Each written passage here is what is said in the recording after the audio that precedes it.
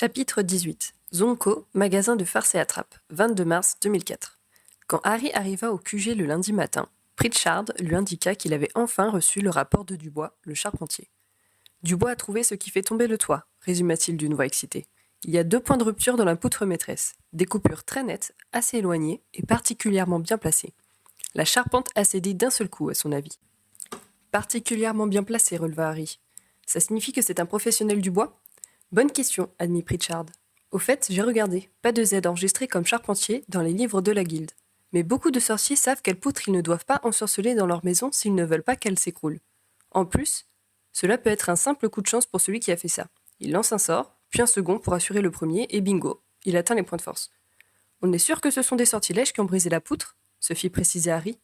On a 2 coupures nettes sur un été neuf et bien entretenu, développa Pritchard. Il était à 8 mètres de hauteur. À part un sort, je ne vois pas. La scie, se souvint soudain Harry. Madame Whitehorn a fait allusion à une lame de scie à remplacer.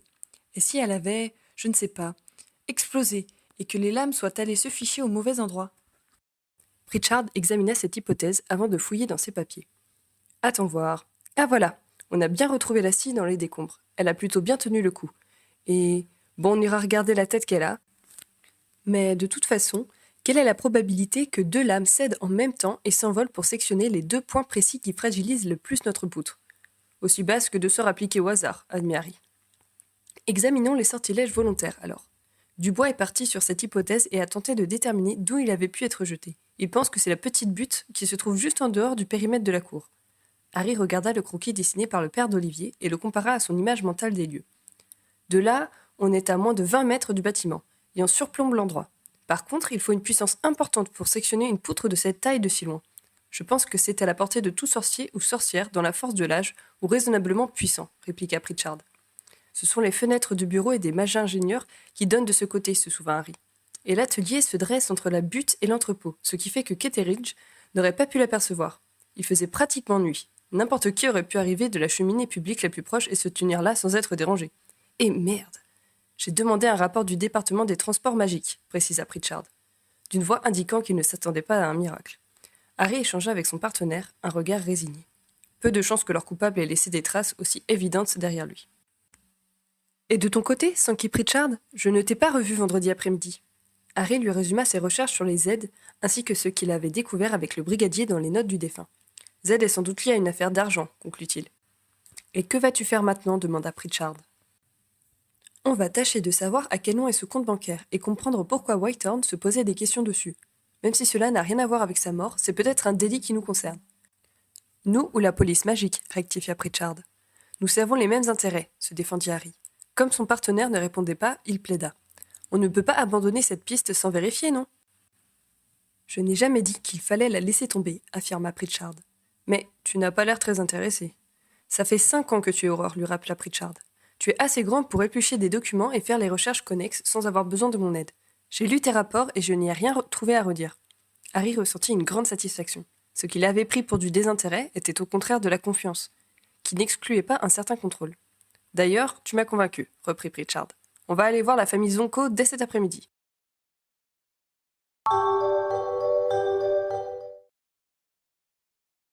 Les Zonko habitaient une vaste demeure à côté à l'arrière du magasin de farce et attrape portant leur nom. Pritchard et Harry s'y rendirent après s'être assurés d'un coup de cheminée que les personnes qu'ils désiraient voir seraient bien là. C'est un elfe de maison qui vint leur ouvrir et les pria de le suivre. Il portait des vêtements, preuve qu'il était employé et non possédé par la famille. Ils furent introduits dans une pièce qui fleurait bon le cuir et le parchemin. « Merci, Anselme », dit d'une voix amicale l'homme qui se trouvait derrière le bureau. Favorablement impressionné par cette attitude, Harry songea que Hermione serait folle de lui. Si Scrimgeour avait évoqué le lion, Héraclès Zonko faisait penser à un aigle. Même regard perçant, même mouvement brusque de la tête, le tout complété par des cheveux sombres, soigneusement lissés en arrière. L'homme était loin de faire ses 65 ans. Il possédait en outre une carrure solide et dégageait une sorte d'autorité tranquille qui forçait le respect. Harry comprit pourquoi les jumeaux Weasley avaient évité d'entrer en compétition ouverte avec lui. Zonko leur présenta des sièges tout en les examinant en retour avec une acuité pénétrante. « Vous avez demandé à me voir », entra-t-il en matière. « Nous tentons de faire la lumière sur la disparition de Devlin Whitehorn », exposa Pritchard. « J'ai cru comprendre que c'était un accident. »« Il semble que c'en soit un », mentit le coéquipier de Harry. « Mais compte tenu de sa position, nous voulons exclure toute autre hypothèse. » Et en quoi puis-je vous aider à éclairer ce tragique événement ? Le jour de son décès, Monsieur Whitehorn a noté un rendez-vous avec une personne de votre famille, bluffa Pritchard. Pas avec moi en tout cas, affirma alors interlocuteur. Et je doute qu'il ait rencontré ma femme ou l'un de mes fils. Étiez-vous parfois en contact avec lui ? Continua Pritchard. Nous nous rencontrions régulièrement lors des sessions du conseil de guilde des artisans. Il nous arrivait de nous retrouver avant une séance pour comparer nos points de vue. Mais cela fait plusieurs mois maintenant que j'ai renoncé à siéger et nous n'avons plus eu l'occasion de nous croiser. Même dans le cadre de vos affaires ? Nos commerces n'ont aucun point commun. Je suppose qu'acheter un balai de temps en temps n'entre pas en ligne de compte, ironisa le suspect. Monsieur Whitehorn allait peut-être devenir votre maître de guilde ? Qu'en pensiez-vous ? Il n'était un secret pour personne que je soutenais sa candidature. Pourquoi le maître actuel ne vous convient pas ? Je n'en fais pas un mystère. Je m'oppose régulièrement à lui pendant les conseils. Que lui reprochez-vous exactement ? D'être incompétent. Pourriez-vous être plus précis ? Je ne parle pas des gens derrière leur dos. Procurez-vous nos comptes rendus de séance, je lui dis clairement en face ce que je pense de lui. Harry, qui notait soigneusement les réponses de l'artisan, songea que cette franchise et ce refus de médire étaient des qualités trop peu fréquentes.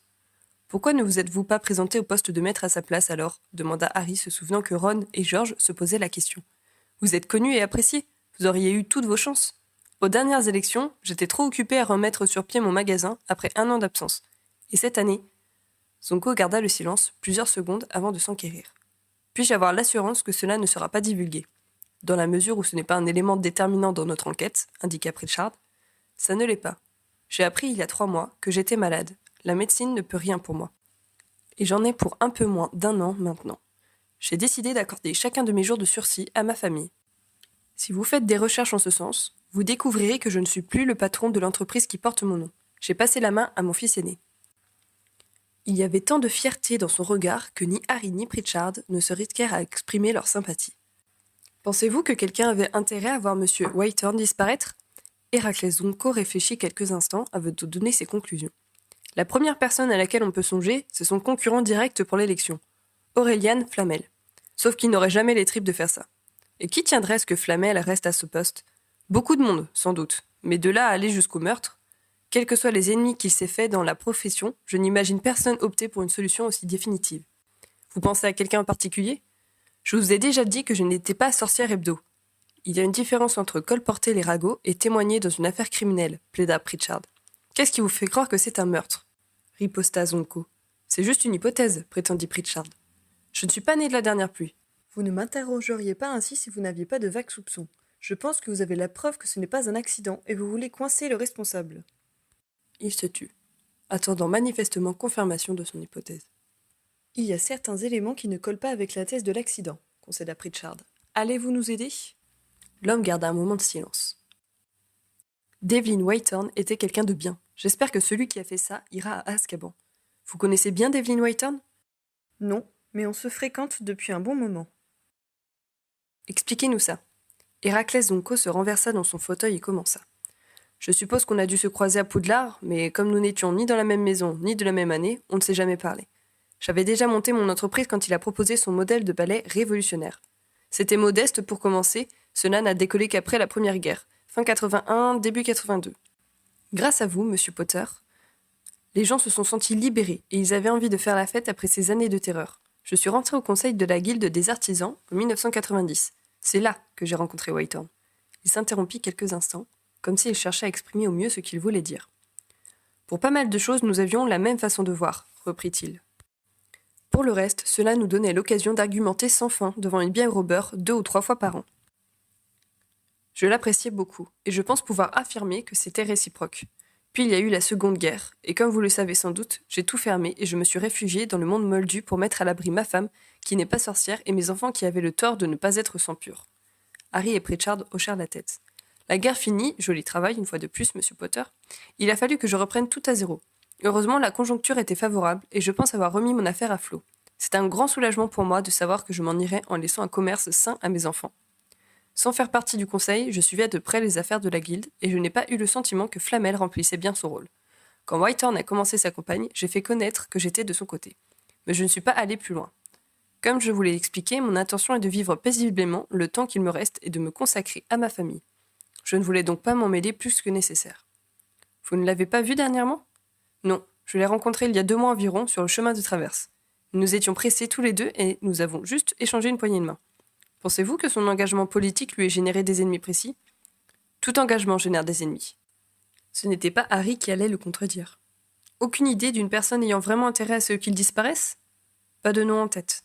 Pour en finir avec ce détail, pourriez-vous nous indiquer ce que vous faisiez vers 19h lundi soir dernier? Vu l'heure, je suppose que je me mettais à table avec mon épouse. Bien, nous vous remercions. Nous aimerions parler avec celle-ci si cela ne la dérange pas trop. Il était évident que cela ne plaisait pas à leur interlocuteur, mais il eut l'intelligence de comprendre que la formule courtoise de Pritchard était une injonction qu'il ne pouvait refuser. Il tira sur un cordon qui pendait à proximité de son bureau et une sonnerie retentit. Quelques secondes plus tard, Anselme parut à la porte. « Pourrais-tu annoncer ces messieurs à madame, s'il te plaît » lui demanda son employeur. « Si ces messieurs veulent bien me suivre » Les deux aurores prirent congé et sortirent sur les talons de l'elfe. Le serviteur les annonça à madame Zonko et ils furent introduits dans un boudoir ensoleillé. Leur hôtesse les pria de s'asseoir et leur offrit des rafraîchissements, sans les questionner sur la raison de leur visite. C'était une femme d'une 60aine d'années, comme son mari. Elle n'était pas spécialement jolie, mais avait de très beaux yeux et des manières agréables. Pritchard refusa poliment toute boisson et entra dans le vif du sujet. « Madame, mon collègue et moi-même tentons de reconstituer la dernière journée de feu Monsieur Whitehorn. D'après ses papiers, il aurait eu rendez-vous avec quelqu'un de votre famille. »« Vraiment ? Cela doit être mon mari, je suppose. Moi-même, je ne le connais pas très bien. »« Vous ne lui avez jamais parlé ? Nous nous saluons quand nous nous croisons dans la rue, c'est tout. Quand l'avez-vous vu pour la dernière fois ? J'ai dû tomber sur lui à Préolard, il y a quelques mois. Oui, c'est ça, fin décembre.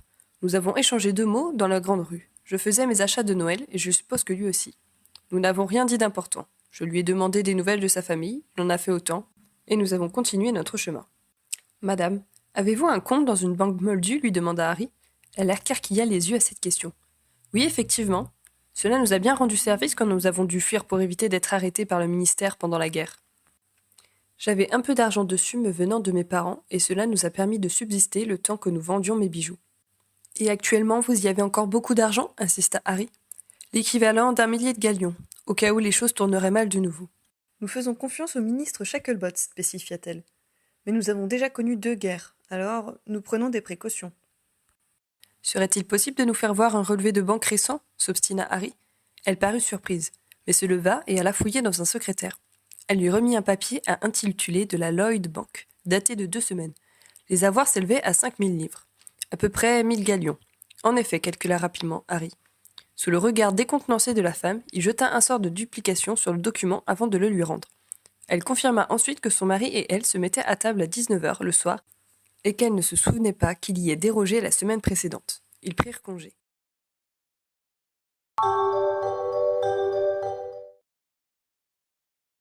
L'étape suivante les mena au magasin de farce et attrape dirigé par le fils aîné d'Héraclès, Léandre.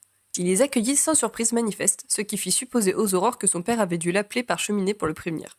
Il les reçut dans une arrière-boutique que Harry jugea beaucoup plus ordonnée que celle des sorciers facétieux. Justement, leur interlocuteur commença en plaisantant. « Je ne sais pas si je dois vous laisser entrer, monsieur Potter. Vous pourriez révéler à votre ami Ron Weasley nos secrets de fabrication. » Harry lui rendit son sourire. L'homme était moins imposant que son père, mais il lui inspirait la même sympathie instinctive. Il avait une bonne 40aine d'années, une chevelure aussi noire qu'Héraclès, mais des traits plus doux qu'il tenait de sa mère. Pritchard ressortit son boniment et demanda au commerçant s'il avait eu rendez-vous avec le défunt le jour de sa mort. « Non, je n'avais rien de prévu avec lui ce jour-là. Désolé de ne pas pouvoir vous aider. Vous étiez ici ? Je suppose. C'est là que je travaille. Faut-il que je fournisse un alibi ? Nous posons la question à tout le monde au cas où. Étiez-vous avec quelqu'un lundi dernier à 19h ? Léandre perdit un peu de sa bonne humeur et exhuma un agenda de ses papiers. « Je n'ai rien d'inscrit, leur montra-t-il. Mais c'est l'heure de fermeture du magasin. On a souvent beaucoup de monde juste avant et tout le personnel est là-bas, sauf moi. Personne pour confirmer ma présence ici. Désolé. »« Quand avez-vous vu Devlin Whitehorn pour la dernière fois ?» continua Pritchard. « Quand je suis allé assister au conseil de guilde, en spectateur, il y a 10 jours. Il y était aussi. Avec les élections en cours, ces séances sont très suivies et les candidats en profitent pour annoncer leurs promesses de campagne. Je l'ai croisé avant de partir, mais je lui ai juste serré la main. Je savais qu'il n'avait pas le temps de me parler, vu qu'il avait sans doute plein de gens à rencontrer pour les convaincre de voter pour lui. Vous êtes de son côté ? Oui, sans hésiter. Je n'aime pas Flamel, et j'étais à fond pour Whitehorn. J'espère que quelqu'un d'autre va se présenter à la tête de son équipe. Vous n'êtes pas tenté de le faire ? Je ne pense pas avoir le caractère adéquat pour ce genre de responsabilité. Un magasin me suffit. Que reprochez-vous à Flamel, s'enquit Pritchard. Ah ça, il y a beaucoup à en dire. Depuis 2 ans, il n'a proposé aucun nouveau projet pour la guilde, et il se contente de faire plaisir à ceux qui peuvent lui renvoyer l'ascenseur. Du coup, il ne défend que les règlements qui avantagent ses petits copains. Sans compter qu'il nous fait prendre du retard par rapport aux autres guildes. Comment ça? Je vois que vous avez adopté les carnets en papier et les stylos encrés, bien plus pratiques que nos vieilles plumes pour vos notes. On voit bien que la guilde des imprimeurs innove et se renouvelle. Leur conseil de guilde, sous l'impulsion du maître, s'arrange pour que ceux qui ont des idées prometteuses aient les fonds nécessaires pour les développer. Eh bien, depuis la guerre et la nomination de Flamel, rien n'a été entrepris en ce sens chez les artisans. Whitehorn avait promis de relancer les bourses et les appels d'offres pour encourager les nouveaux brevets. Aux élections, Whitehorn serait passé selon vous? Oui, car on est davantage à vouloir un maître de guilde efficace qu'un maître de guilde qui fait du copinage. Je ne dis pas que Flamel soit malhonnête et se serve dans la caisse, mais son système de clientélisme est néfaste à long terme. Mais ce système doit bien profiter à quelqu'un, remarqua Harry. Certains marchés ne sont pas attribués aux plus méritants, mais à ceux qui lui rendent des services et lui ont promis leur voix. C'est pour ça qu'on aurait bien eu besoin d'une nouvelle équipe qui ait à cœur de faire le ménage et qui change un peu les règles du jeu. S'il y a irrégularité, vous pouvez faire appel à la police magique, suggéra Pritchard. Seulement si le mystère peut invoquer un dommage, comme une fraude au niveau des dîmes dont nous nous acquittons. Mais nous n'en sommes pas là. Et de toute façon, nous préférons régler nos affaires entre nous. Harry et son partenaire échangeaient un rapide coup d'œil. Selon le brigadier Truston, on en était là, justement car le versement des pots de vin faussait les comptes et par conséquent le calcul des dîmes. Pritchard, cependant, ne jugea pas utile de continuer cette discussion et se leva pour mettre fin à l'entretien.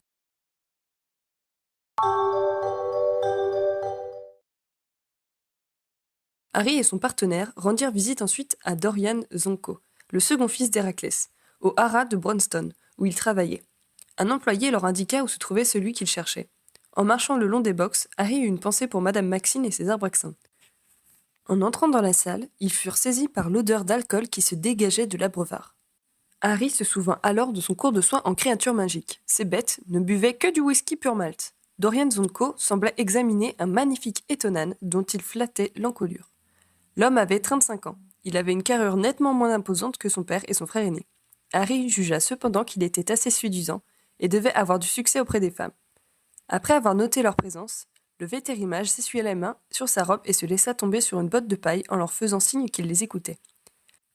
Pritchard réexpliqua qu'il cherchait à établir l'emploi du temps de Whitehorn le jour de sa mort. « J'ai lu ça dans le journal », répondit Dorian Zonko d'une voix indifférente. « Le connaissiez-vous personnellement ?»« Non, je n'ai pas de balai, je préfère nettement voler sur un cheval. Nous avons un permis pour le faire au-dessus du domaine et sur les prés qui nous entourent », ajouta le vétérimage, comme pour prouver qu'il ne s'adonnait pas à une activité illégale. Pritchard, d'un geste, montra qu'il n'était pas intéressé par les règlements relatifs au vol. « Vous n'avez jamais eu affaire à Devlin Whitehorn ?» continua-t-il. « Il était en campagne pour se faire élire ces derniers mois. J'en ai entendu parler, mais je fais partie de la guilde des éleveurs d'animaux communs et magiques, alors je ne me suis pas vraiment senti concerné. Et puis, en ce moment, nous avons une épidémie de gourmes au haras. Du coup, en plus de mon travail habituel, je fais plusieurs rondes par nuit et je n'ai pas l'énergie de sortir beaucoup. » Il avait effectivement l'air épuisé. « Nous vous posons ces questions car le jour de son décès, il semblait avoir un rendez-vous avec vous. »« Vous devez faire erreur. Nous ne nous sommes jamais parlé, » assura leur interlocuteur. « Vous étiez à un endroit particulier lundi dernier en début de soirée ? Ici, je suppose. Des témoins pour le confirmer ?» Dorian Zonko réfléchit quelques secondes avant de lâcher. « Les chevaux. »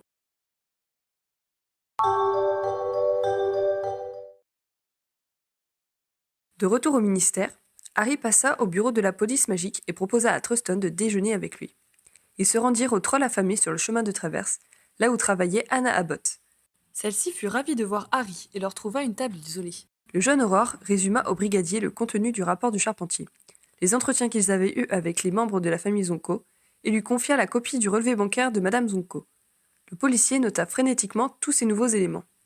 Quand ils revinrent au ministère, Truston amena Harry à l'un de ses collègues. « Vous vous souvenez peut-être de l'agent Radford ?»« Bien entendu, » assura Harry en lui tendant la main. « Gunther, Monsieur Potter a récupéré ça pour t'aider dans tes recherches, » dit le brigadier à l'agent en lui donnant le relevé bancaire. « Il faudrait que l'on sache si cet argent est toujours sur ce compte. »« Il y en a peut-être un autre, » prévint Harry, « sous ce nom ou celui de Zonko. » Il griffonna l'identité de tous les membres de la famille sur une feuille de son carnet qu'il arracha ensuite pour la confier au policier. « Je m'en charge, Monsieur Potter, » lui assura celui-ci. « Comment faites-vous pour avoir accès au compte Moldu ?» s'enquit Harry avec curiosité. « J'ai un copain d'école primaire qui travaille dans la police. Je lui ai raconté que j'étais détective privé et il me file des tuyaux quand je lui en demande. Ça me coûte une caisse de whisky pur feu par an. Évidemment, je change les étiquettes et je lui fais croire que c'est un vieil oncle d'Écosse qui me les donne. » Harry sourit. Très ingénieux. Dommage qu'on n'ait pas ce genre de relation avec les Gobelins. Radford rougit sous le compliment. Harry retourna ensuite au QG. Pendant l'heure du déjeuner, l'Aurore Senior était passé chez les Whitehorn pour voir les débris de l'atelier qui avait été laissé en l'état. Il avait retrouvé la scie à bois et avait demandé à Cathy et un autre mage ingénieur de lui indiquer si toutes les lames étaient bien restées en place. Ils avaient répondu par l'affirmative. On en revient au double sort lancé juste au bon endroit, conclut Pritchard pour Harry. Nous enquêtons sur un crime. On va mettre au propre les interrogatoires d'aujourd'hui et réfléchir à ceux qui nous restent encore à mener.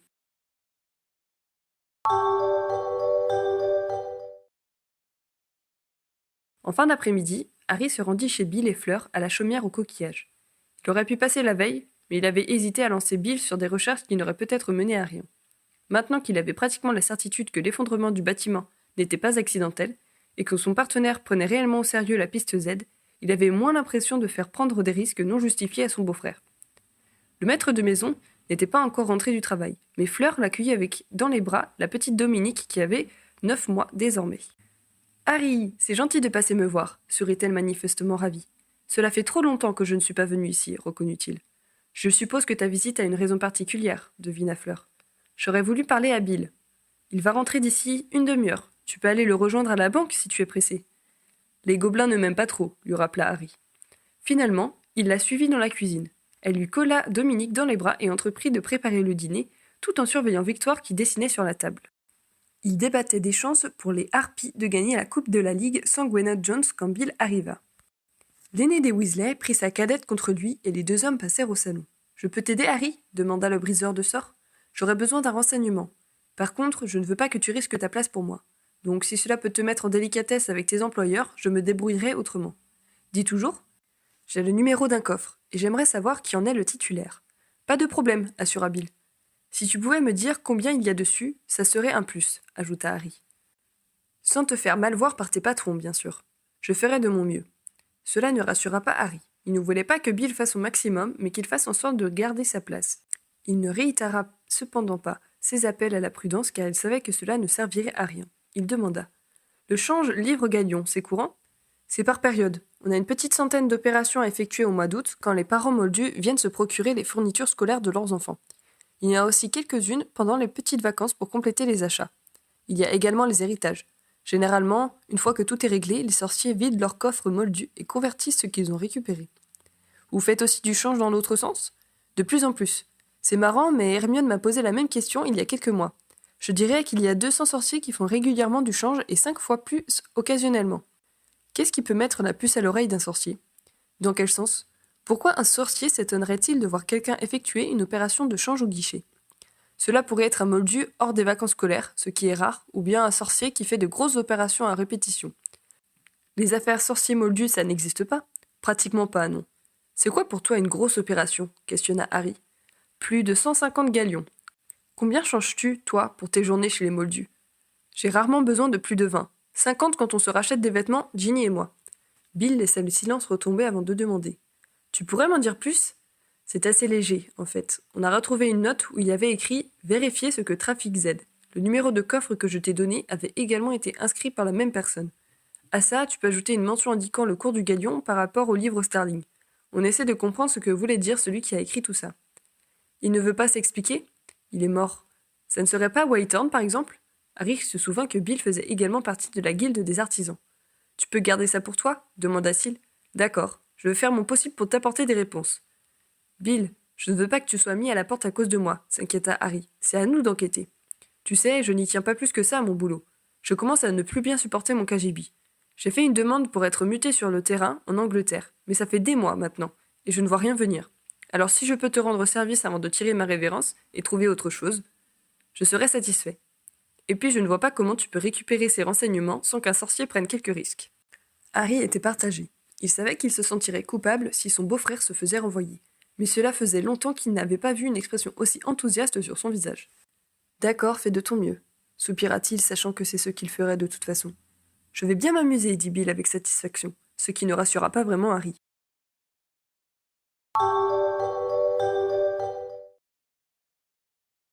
Le lendemain matin, Harry alla chercher le brigadier et ils rejoignirent Pritchard dans le QG des Aurores. Harry leur fit un résumé de son entretien avec Bill Weasley. « Avez-vous creusé la piste Zabini ?» demanda le brigadier. Je l'avais laissé de côté parce que je ne voyais pas comment un sang pur pouvait se procurer de l'argent moldu, répondit Harry. Mais c'est vrai qu'il pourrait le voler. Je suppose qu'un sang pur sans scrupule à l'égard des non-sorciers n'hésiterait pas à utiliser la magie pour ça, convint Pritchard. Il faudrait demander aux copains policiers moldus de Radford s'il n'y a pas eu une ou plusieurs disparitions d'argent non expliquées, conclut Harry. Je ferai passer le message, promit Truston.